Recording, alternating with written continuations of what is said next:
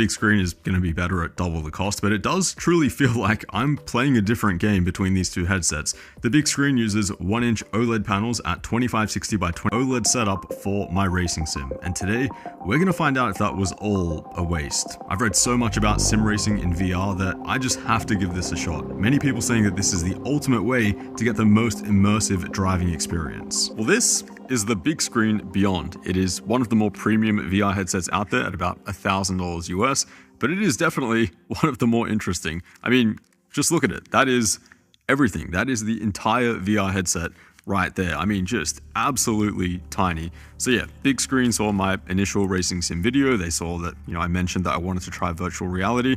So yeah, they sent this over, said, have a play and let us know what you think. I also bought the Quest 3 though, as a bit of a comparison. I'm gonna have to push this steering wheel back a little bit. But yeah, I'm glad I did. This is about half the price at $500. But man, take a look at this size difference. I mean, it is just a completely different game. I mean, the Quest 3 is by no means a super heavy or really bulky VR headset, but the Big Screen Beyond is like a quarter of the weight and like half the size. I mean, the weight and size difference is just immense. It also comes with a custom 3D printed face cushion. Part of the order process is sending them a face scan, which you can do with an iPhone, and this is the result. It's a soft, plushy material with magnets. It just clips onto the headset, and it is a perfect fit. One of the drawbacks though of this thing being so small is that there aren't any sensors on the front for head-mounted tracking. So of course you need to track your head in VR. You will need an external source to do that, which is a Steam VR base station. Apparently, a lot of people already have these. If you're upgrading from an HTC Vive or a Valve Index, for example, you probably have a couple of these laying around. Otherwise, you'll need to buy at least one. It also doesn't have any video pass-through like the Quest 3, which is helpful when transitioning between games and desktop use. I found myself removing and putting back on the big screen headset a lot more frequently when setting things up, but it is less of an issue because the thing is just so small. But yeah, after going through a quick setup and dialing things in, this was my first impression. Oh my god. I can see the glare changing in the sun as I tilt my head. That is insane. I can see the mirrors super clear. Dude, I can hang my head. Dude, this is insane. I feel like I could just sit here and just explore this cabin. I feel like this is a game in itself. This is an entire game right here. I could just swap between all the different cars. Dude, oh my god. My brain is doing this thing where it actually thinks I'm moving. Oh my god. I could probably hop out of the car if I really wanted to. You know what? Let me see how much movement I actually have here.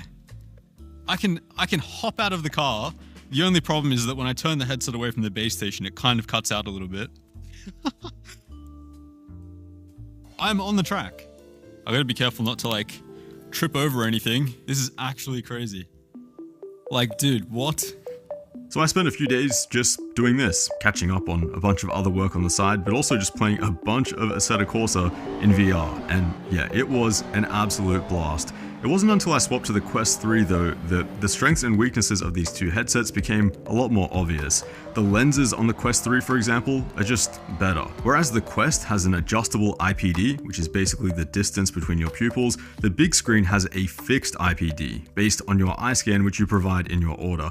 Mine seems pretty spot on, it's clear in the center, but for me I notice a lot more haloing and softness around the edges of those lenses. Once I was truly locked into a game though, I can't say it bothered me that much, but definitely something that I noticed when looking around menus or on a virtual desktop. The lenses on the Quest 3 just feel nicer. The displays though are wildly different. Of course, the 2560 per eye, and yeah, they're just insane. So much detail, so much contrast. I mean, you saw my first impressions. When you're sitting in the cabin of a high-res car model, you have to stop yourself from reaching out and pressing buttons because that's how convincing it feels. But before we get sucked into the details too much, let's back up a bit because racing in VR is actually pretty insane.